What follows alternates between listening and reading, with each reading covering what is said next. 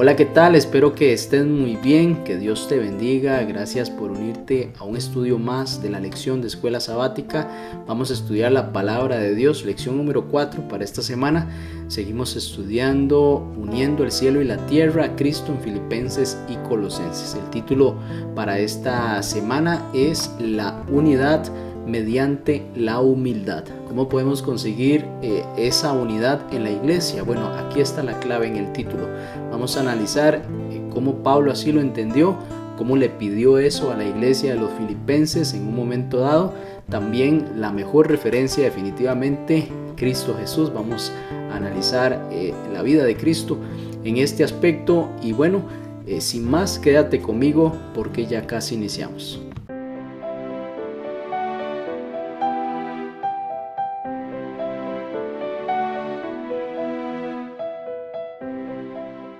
Bien, gracias por acompañarme. Iniciemos con una oración. Padre Santo, Dios eterno y poderoso, muchas gracias por darnos el espacio del estudio de tu palabra.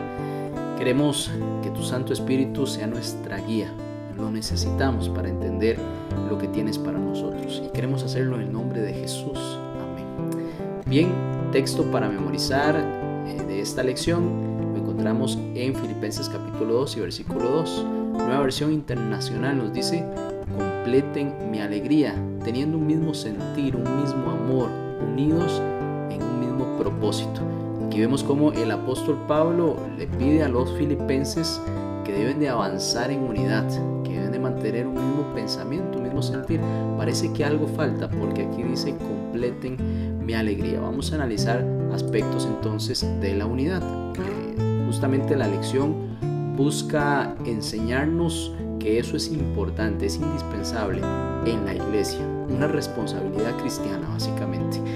Vivir en unidad, tener amor mutuo, empatía, buscar el bien de nuestros hermanos, realmente no son opcionales, son expectativas básicas del seguidor de Cristo. El que decida seguir a Cristo, bueno, debe considerar esto muy importante en su experiencia cristiana, porque conocer la verdad no es lo mismo que vivirla. Puede quedarse en la teoría, ¿cierto? Y la verdad hace mucho énfasis de esa unidad, de poder llevarnos bien entre los hermanos, aunque eso sea difícil.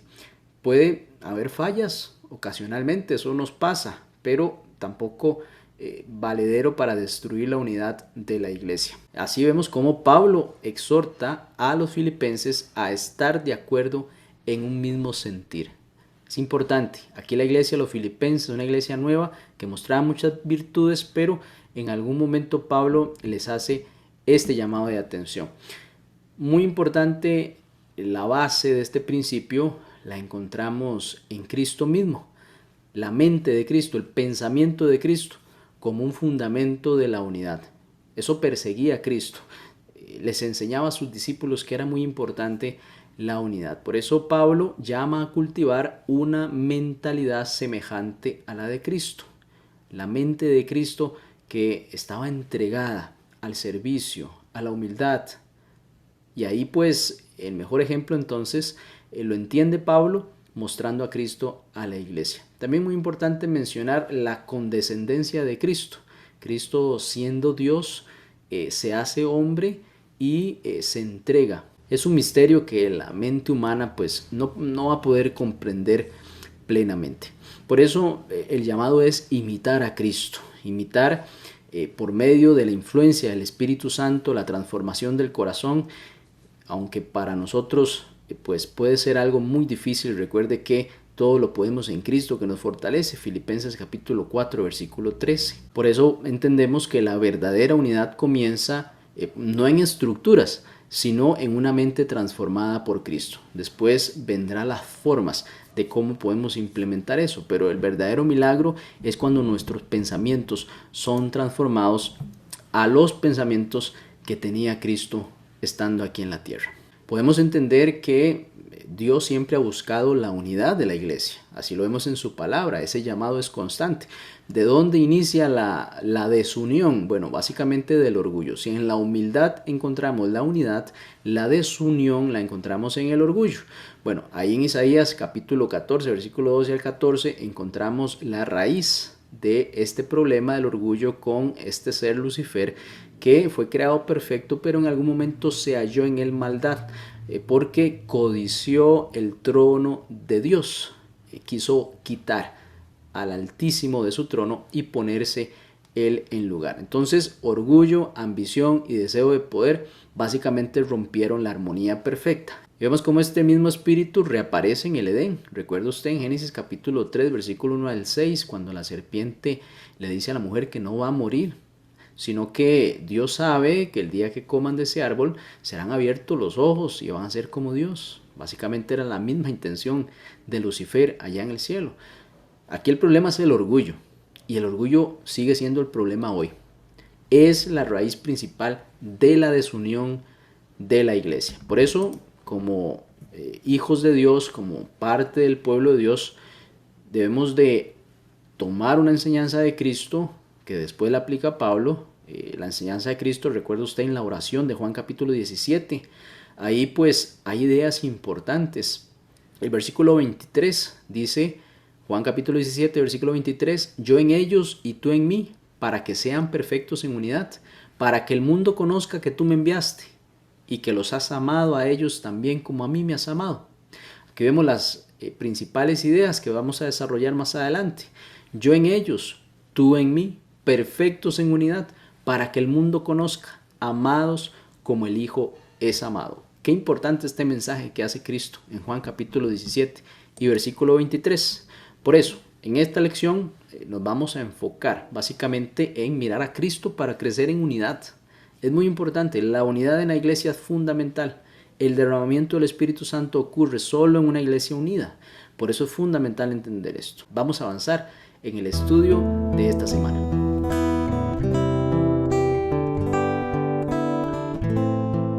Analicemos un poco de qué se trata esa desunión en Filipos que estaban experimentando los filipenses. Esas causas las vamos a encontrar en Filipenses capítulo 2, versículo 1 y 3. Ahí también está el texto a memorizar. Pablo aquí identifica algunas actitudes que son destructivas para la unidad y que afectan a la iglesia. Por ejemplo, una ambición egoísta. En Filipenses capítulo 1, versículo 17 ya lo viene manifestando. Hay una rivalidad y además hay contienda entre los mismos líderes de esta iglesia. Estas actitudes entonces empiezan a buscar una autopromoción. Note qué interesante, líderes espirituales en una competencia para ver quién es mejor. Interesante.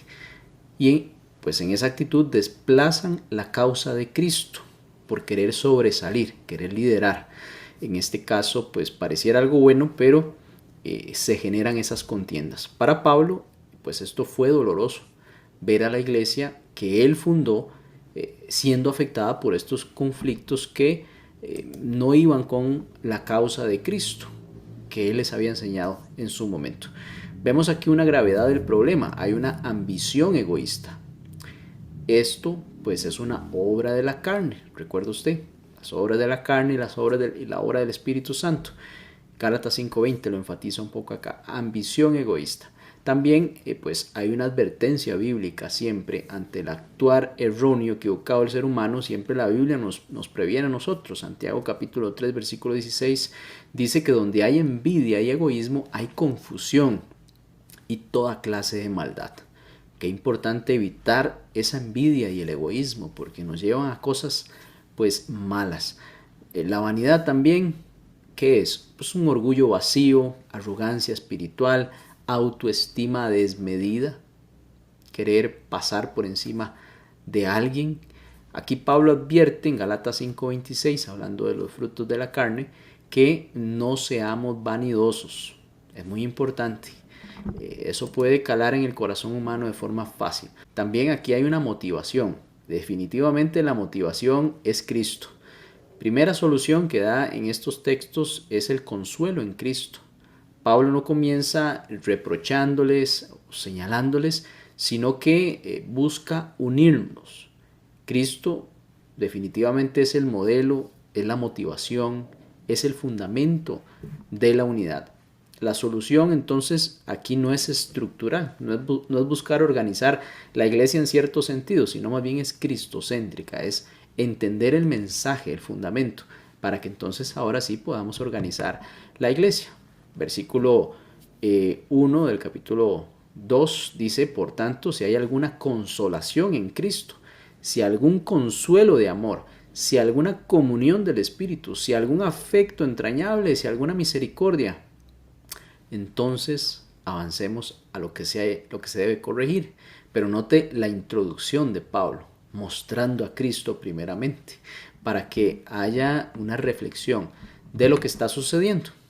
Entonces, muy importante nosotros también siempre buscar poner a Cristo en el centro para que a partir de allí entendamos las cosas y actuemos en conformidad. Bien, hay unas actitudes entonces que van a producir desunión, pero otras que van a producir unidad en la iglesia. Pablo aquí empieza a enumerar algunas actitudes que son opuestas a la desunión. Por ejemplo, consuelo del amor. Y Juan capítulo 15, versículo 12, habla de esto. Comunión del Espíritu también. Afecto entrañable, compasión, misericordia, humildad. Básicamente son esos textos que se encuentran mucho en la palabra de Dios cuando Cristo desarrolló su ministerio. Aquí Pablo en este versículo les empieza a resaltar esas características de Cristo para llevarlos a una reflexión. Y uno de ellos es muy importante, que es la humildad. Por eso vemos que Pablo pide a ellos un mismo sentir. Básicamente ese mismo sentir se equivale a la mente de Cristo. ¿Cómo pensaba Cristo? ¿Cómo actuaba Cristo? Pablo entonces resume la solución a este problema, que es muy importante, en tres aspectos: un mismo sentir, un mismo amor y un mismo propósito. Note que hay unidad. Muy importante señalar esto: la unidad no es uniformidad, sino una misma dirección espiritual, porque todos pensamos diferente, tenemos caracteres, tenemos formas de pues manifestar las cosas muchas veces, que pues no todo lo hacemos de forma igual. Entonces no se trata de uniformidad, sino no se trata de una misma dirección espiritual. Aquí la iglesia pues necesita avanzar en una unidad espiritual, aunque hayan diferentes personas, diferentes pensamientos, se llegan a acuerdos buscando un mismo fin y Cristo en el centro de estas decisiones. Entonces, la clave final, la actitud que debe tener esta iglesia, nosotros, es la misma que tuvo Cristo Jesús. ¿Cómo actuó Cristo Jesús? Bueno, buscó unir a sus discípulos, buscó unir a la iglesia. La humildad de Cristo entonces en este caso es el camino seguro hacia la unidad.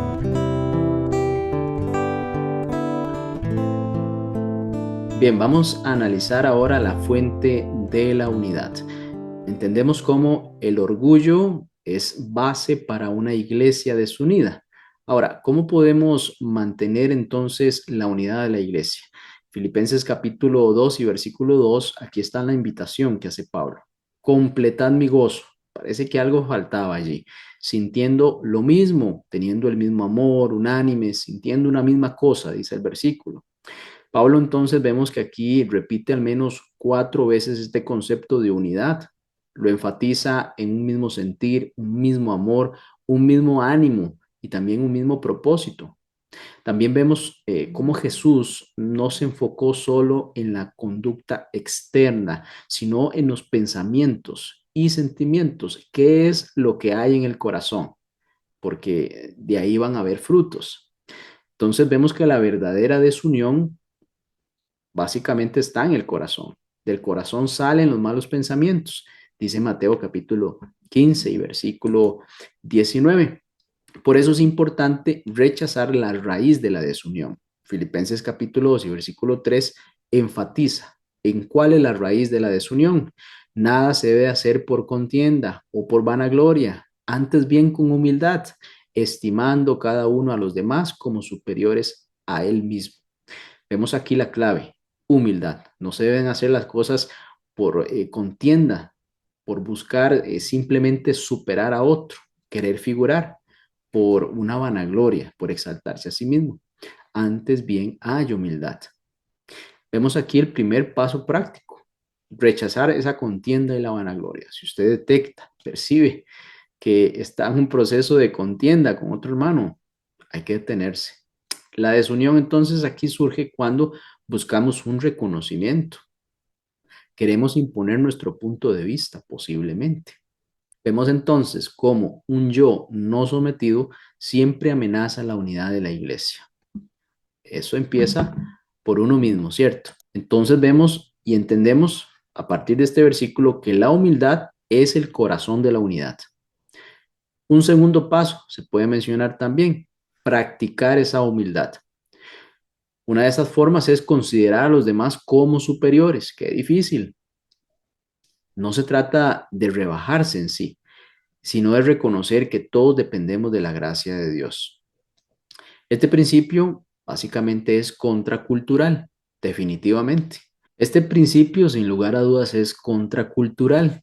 Nadie está dispuesto normalmente a hacer eso, pero va a generar respeto mutuo, también va a generar mansedumbre y pues definitivamente una unidad genuina. De ahí tiene que partir la unidad. No puede haber orgullo. Si hay orgullo, no va a haber unidad. Eso es muy importante entender.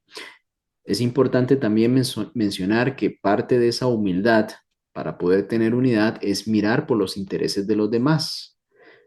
Aquí Filipenses capítulo 2 versículo 4 dice, no mirando cada uno por lo suyo propio, sino cada cual también por lo de los otros. Pablo entonces aquí no pide ignorar nuestras necesidades, porque también nosotros necesitamos, ¿cierto? Sino ampliar la mirada. ¿Quién más necesita? Aquí es básicamente la definición de una unidad práctica y eso implica escuchar, comprender, buscar el bienestar de otro, no simplemente sentir que ya yo estoy bien y eso es suficiente. Aquí pueden surgir algunos conflictos. Sí, puede salir este tema, eh, quizá no por diferencias reales, sino más bien por una falta de escucha o malos entendidos. Por eso es importante pedir mucho la dirección de Dios cuando buscamos entender lo que sucede con otras personas. Esta escucha, que es una escucha activa, va a fortalecer la confianza. La unidad entonces definitivamente es la obra del Espíritu de Dios. La unidad que es producida por el Espíritu, aquí en Efesios capítulo 4, versículo 3, nos dice solícitos en guardar la unidad del Espíritu en el vínculo de la paz. Qué bonito este texto. Guardar la unidad del Espíritu en el vínculo de la paz. La unidad de la fe y del conocimiento del Hijo de Dios también, dice Efesios capítulo 4, versículo 13. Entonces, la unidad verdadera, si podemos resumirla, no se impone, no se fabrica y se cultiva con el Espíritu Santo. Debemos de invitar al Espíritu Santo a nuestra vida para que haya una humildad genuina que va en procura de la unidad de la iglesia. Es muy importante tener una misma fe fundada en Cristo y en su palabra. Eso es esencial para la armonía de la iglesia.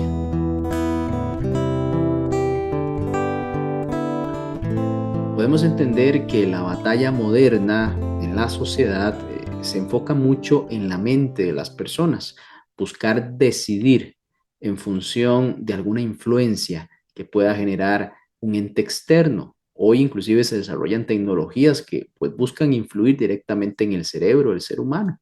Aunque algunos usos médicos, pues básicamente son positivos, es decir, las investigaciones que se realizan tienen fines buenos, el control mental ya no es solo ciencia ficción, pues hay muchos estudios que también muestran cómo influir en las decisiones de las personas, especialmente en masas. En sentido práctico, podemos decir que eso ya está ocurriendo, porque la mente funciona como una computadora. La información que ahí se encuentra eh, constantemente programa pensamientos y eso resulta en decisiones. Lo que consumimos, usted y yo, pues podemos entender que influye cómo pensamos y además cómo actuamos. Entonces aquí la pregunta que surge ante esa posible influencia de nuestros pensamientos es quién está formando nuestra manera de pensar. La Biblia aquí contrasta y nos muestra dos influencias. El Espíritu de Dios, una de ellas, en Romanos capítulo 8, versículo 6, y también Primera Corintios capítulo 2, versículo 1, hablan de esto. Y también el Espíritu del mundo, Primera de Corintios capítulo 2, versículo 12 habla de este también. La pregunta clave entonces sería, ¿quién es nuestro maestro? ¿Por quién estamos siendo dirigidos nuestros pensamientos? ¿Qué estamos aprendiendo cada día? ¿Cuáles van a ser nuestros hábitos basados en eso que estamos adquiriendo o estamos moldeando? No basta entonces con la simple información, necesitamos discernimiento espiritual. Y bajo este concepto hay una invitación que nos hace la palabra de Dios, tener la mente de Cristo. Qué importante. Filipenses capítulo 2, versículo 5 nos dice que tener la mente de Cristo no es solo pensar como Él, sino vivir como Él. Es decir, no se trata solo de ideas o de pensamientos, se trata de acciones. Definitivamente, para que hayan acciones como las de Cristo, se requiere tener la mente de Cristo, sus pensamientos. Y esto básicamente se expresa en humildad practicada por Cristo, en el servicio a las demás personas, la preocupación que él tenía por quienes necesitaban, considerar a otros como superiores. Eso se trata básicamente de la humildad. Filipenses capítulo 2, versículo 3 al 4, básicamente, bueno, describe los pasos que conducen a la verdadera unidad. Es muy importante mencionar que nosotros, siendo seres naturales, carnales, debemos entonces básicamente tener una cirugía espiritual. No solo cambio mental, no solo se trata de nuestras ideas, sino también de nuestro espíritu. Podemos cambiar algunos hábitos mentales, pero solo Dios puede cambiar el corazón. Es cierto, usted puede decidir cambiar algunas cosas, pero su corazón, el único que puede cambiarlo es Dios. El Espíritu Santo entonces usa la palabra de Dios, que es la espada del Espíritu, según Efesios 6:17. La palabra que es viva y eficaz, discierne pensamientos e intenciones, dice Hebreos capítulo 4, versículo 12. Nuestro corazón natural sabemos que es engañoso. No podemos confiar en nuestro corazón, en nosotros mismos no, debemos de fiarnos en la palabra de Dios. Por eso necesitamos una renovación espiritual, recomendada en Romanos capítulo 12 y versículo 12. Así pues, entendemos que la unidad entonces es obra del Espíritu Santo.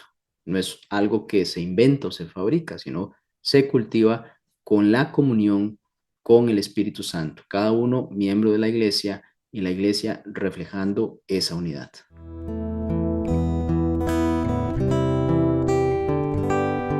Bien, vamos a analizar un poco más este concepto, esta invitación que hace el apóstol Pablo de tener la mente de Cristo. Pablo entendió que al tener nosotros los pensamientos de Cristo íbamos a actuar como Él. Y dentro de esos pensamientos, misericordia, amor, estaba también la humildad. Cristo fue humilde y eso pues fue una gran enseñanza para transmitir el deseo que Él tenía de que la iglesia, los discípulos, quienes creyeran en Él, tuviesen ese mismo deseo de unidad para que la iglesia pudiese prevalecer en medio de las dificultades. Siempre en el ámbito humano vamos a encontrar una mentalidad. Esta mentalidad es el ejemplo de yo soy el más grande. Siempre el que sobresale, el que tiene un mejor estatus social, el que tiene más posesiones, más renombre, entonces es el más importante. Y muchos quieren seguir ese mismo patrón, parecerse, tener los mismos logros, inclusive más para poder sobrepasar ese modelo. Hay personas que son grandes en lo deportivo también, personas importantes a nivel de decisiones políticas, pero no son el modelo de la mente de Cristo. Inclusive pueden ser personas muy inteligentes académicamente hablando, pero se pueden alejar de este concepto de la mente de Cristo. En contraste, entonces, vemos que Jesús, siendo el Hijo de Dios, nunca buscó exaltarse. Dice la palabra inclusive que fue tentado en todo, pero sin pecado. En Hebreos 4:15 nos habla de esto. Básicamente, el creador de todas las cosas vino a este mundo, se hizo hombre y pues no buscó exaltarse con todo lo que los seres humanos hoy pudiésemos ostentar a tener. Vemos desde su nacimiento. Cristo nace en humildad, en un pesebre. No hubo mayor persona importante allí queriendo pues reconocer ese momento, sino personas humildes que llegaban guiados por el Espíritu de Dios. Y pues a partir de allí la vida de Cristo también fue sencilla, no tenía dónde recostar su cabeza, también mencionaba él, y lejos de proclamarse, siempre decía, pues no ha llegado la hora. Sabemos que la hora al final era un momento de sufrimiento, de crucifixión, pero vemos ese contraste relacionado a lo que los seres humanos hoy pues perseguimos, ¿no? La mente de Cristo entonces no se define por grandeza humana, como nosotros lo conocemos, sino por humildad y obediencia. Primera de Corintios capítulo 2 y versículo 16 profundiza en este concepto. Vemos también que parte del actuar de Cristo fue una obediencia perfecta. Hebreos capítulo 5 versículo 8 nos habla de esto, porque aún siendo hijo, el Hijo de Dios, Jesús aprendió obediencia mediante el sufrimiento. Y si usted analiza por qué Cristo tuvo sufrimiento, por qué Cristo obedeció, ahí hay un factor muy importante, la humildad. Muchos de los padecimientos de Cristo fue por su comportamiento humilde, al no responder de la misma forma quizá altiva como los fariseos y otros le increpaban, no pronunciar maldiciones sobre ellos por la forma en cómo le trataban, caminar callado hacia el Gólgota cargando un madero. Vemos cómo Cristo ese sufrimiento lo padece en condición de su humildad. Y aquí el texto dice que pues aprende de esa obediencia mediante el sufrimiento, y ese sufrimiento viene por la forma humilde en que él enfrentaba las cosas. Básicamente el texto también habla de la sumisión que tiene hacia el Padre. Esa sumisión fue total, nunca fue selectiva. Un momento sí y otro no, dependiendo de las circunstancias. No fue así.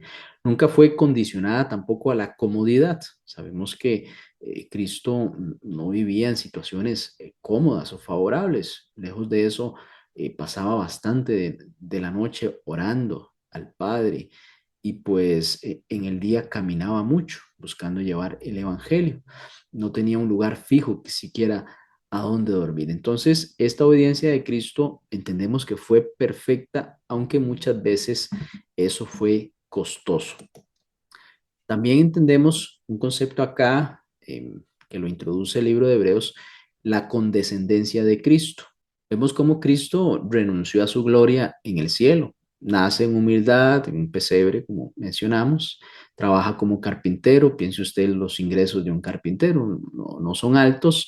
Tampoco busca un reconocimiento. Inclusive poco se sabe de Cristo después de aquel momento siendo niño en Jerusalén, hasta a los 30 años se menciona nuevamente su ministerio. Quiere decir que pues no buscó reconocimiento durante todo ese tiempo, y tampoco durante el ministerio.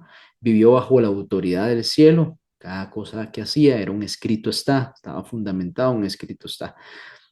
Piense usted, siendo el Señor del universo, qué impresionante, ¿no? Eligió una vida sencilla, dignificó el trabajo honesto. Su vida básicamente es el modelo del carácter cristiano. Nosotros muchas veces perdemos ese norte. Queremos pues tener más, ostentar más, parecernos más. Es como una lucha, una carrera allí que si vemos la vida de Cristo, pues definitivamente nos invita a considerar más otras cosas. Cristo definitivamente es ese modelo perfecto. Es muy importante mencionar y retomar Filipenses capítulo 2, versículos 5 al 8, porque hace énfasis en esto. Y aquí podemos decir que es el corazón del Evangelio. Versículos 5 al 8 de capítulo 2 nos habla de que Jesús, siendo Dios, se despojó de su gloria, tomó forma de siervo, obedeció hasta la muerte, y muerte de cruz. No fue que murió de forma natural, sino que pues una muerte trágica, una muerte bastante humillante también. Pablo entonces a nosotros, basado en este ejemplo tan impresionante, nos llama a adoptar esa misma actitud. renunciar al orgullo al menos. Pues no vamos a atravesar necesariamente lo que Cristo atravesó en ese tipo de sufrimiento, pero sí nos invita a renunciar al orgullo por medio de ese ejemplo, a servir, porque Cristo todo eso lo hizo por servicio a la humanidad. También obedecer aun cuando eso duela. Muchas veces obedecer duele en ese proceso, porque pues las aspiraciones humanas pueden ir en otra línea, ¿no? Por eso la mente de Cristo, es muy importante este concepto. Este concepto es profundo. ¿Quién le puede dar un consejo a Dios? Pero la Biblia nos dice que podemos tener la mente de Cristo, y tener la mente de Cristo tiene sus componentes: humildad, obediencia y puede haber sufrimiento. Eso va a producir unidad. Unidad por el ejemplo, pero también siendo todos los hermanos, pues bajo esa misma línea, ese mismo pensamiento, piense usted la bendición para la iglesia.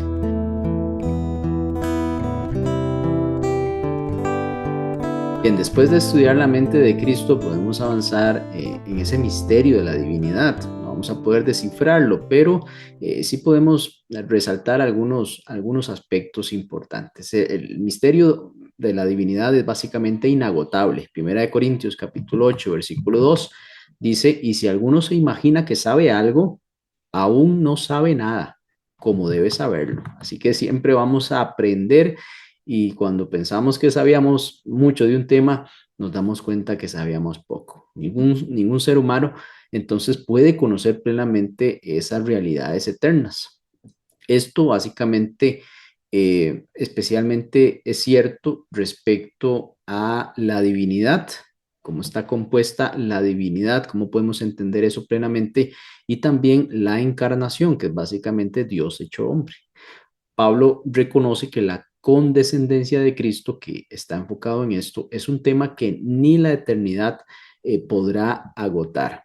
Es un tema de seguir estudiando por siempre. La humildad también comienza cuando nosotros aceptamos que no lo comprendemos todo, tenemos una mente limitada en realidad. Dios nos permite comprender aspectos de su ministerio de salvación, misterio, la redención, allá en el cielo, donde se originaron las cosas. Muy impresionante todos estos temas, y como seres humanos no vamos a poder comprenderlos en su totalidad. Y uno de esos temas es este, la condescendencia de Cristo. Básicamente, el enfoque es derrotar el egoísmo. La señora White, en el colportor evangélico, en página 2, 18, 19, dice que contemplar la humillación de Cristo expulsa el egoísmo del corazón. Cuando analizamos todos esos elementos de cómo Cristo siendo Dios se encarna, pues aquí la señora White lo sintetiza y dice: cuando contemplamos esto, expulsamos el egoísmo del corazón. Retomando lo que dice Pablo, lo describe paso a paso: su gloria junto al Padre, su decisión voluntaria de hacerse siervo, su muerte en la cruz. Todo esto lleva a la salvación. Esto no se compra con riquezas. En Ageo capítulo 2, versículo 8, justamente habla de esto: solo con la sangre preciosa de Cristo.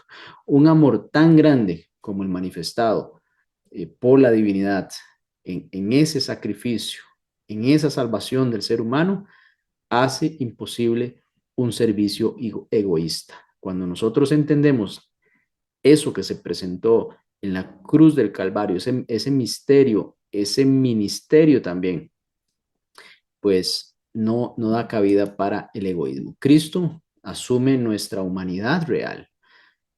Vino a semejanza de carne de pecado, pero sin pecado, dice Romanos 8:3. Hebreos 2:14 dice que participó de carne y sangre, humanidad completa, no simbólica. Compartió cansancio, dolor, hambre, tristeza. Era un ser humano como usted y como yo. Compartía divinidad también, pero tenía todos esos elementos de un ser humano. No vino disfrazado de humano, vino como un verdadero ser humano, Dios hecho hombre. La encarnación, entonces, podemos ver que tiene un propósito redentor. No solo fue ese acto en sí, sino un propósito. Se hizo semejante a nosotros para ser un sumo sacerdote misericordioso. Hebreos 4:15 dice, tentado en todo, pero sin pecado. Su sufrimiento lo capacita para socorrernos a nosotros. Cuando vamos al trono de la gracia, donde obtenemos oportuno socorro, Él nos entiende. La muerte de Cristo destruyó el poder del diablo, ese imperio de la muerte. Nos liberó básicamente del temor a la muerte. Cristo no observó el dolor desde lejos, sino que lo vivió desde adentro. Muy importante, Filipenses capítulo 2, entonces aquí encontramos el corazón de este misterio. Pablo lo resume en la encarnación, básicamente en forma de Dios, se despojó a sí mismo, se humilló y tuvo muerte de cruz. Eso básicamente es el núcleo de ese misterio de la piedad. Por eso, nosotros cuando estudiamos la vida de Cristo, su muerte y su resurrección, somos impactados. Es imposible que con un corazón sensible a la voz del Espíritu Santo y contemplar la vida de Cristo, su ministerio, no impacte nuestro corazón y no nos invite a dejar el egoísmo y ponerlo a un lado. Esta semana aprendimos que la unidad cristiana nace de la humildad y además se sostiene cuando adoptamos la mente de Cristo. Pablo mostró que la desunión surge del orgullo y la ambición egoísta, pero que la solución no está en las estrategias humanas, sino una transformación interior producida por el Espíritu de Dios. Al contemplar a Jesús, quien siendo Dios se humilló, se hizo siervo y murió en la cruz, entendemos que la verdadera grandeza se expresa en el servicio y la obediencia. El misterio de la encarnación no solo revela quién es Cristo, sino también cómo debemos vivir. Cuanto más miramos la cruz, más crece la unidad y más claro se hace el testimonio del Evangelio. Vamos a orar para finalizar. Te damos gracias, oh Padre, porque al estudiar la vida de Cristo, eso nos impacta, nos invita a cambiar. Pero eso solo es posible por la obra del Espíritu de Dios. Acompáñanos, Señor, en este proceso, que podamos ser sensibles a esa voz, ser transformados, un nuevo corazón. Queremos parecernos a Cristo, reflejar esa unidad en la iglesia, oh Dios, y que de esta forma, al mostrar a la iglesia unidad, otras personas se acerquen a Cristo. En su nombre, amén. Bien, gracias por acompañarme. Nos vemos la próxima semana, si el Señor así lo permite. Hasta pronto.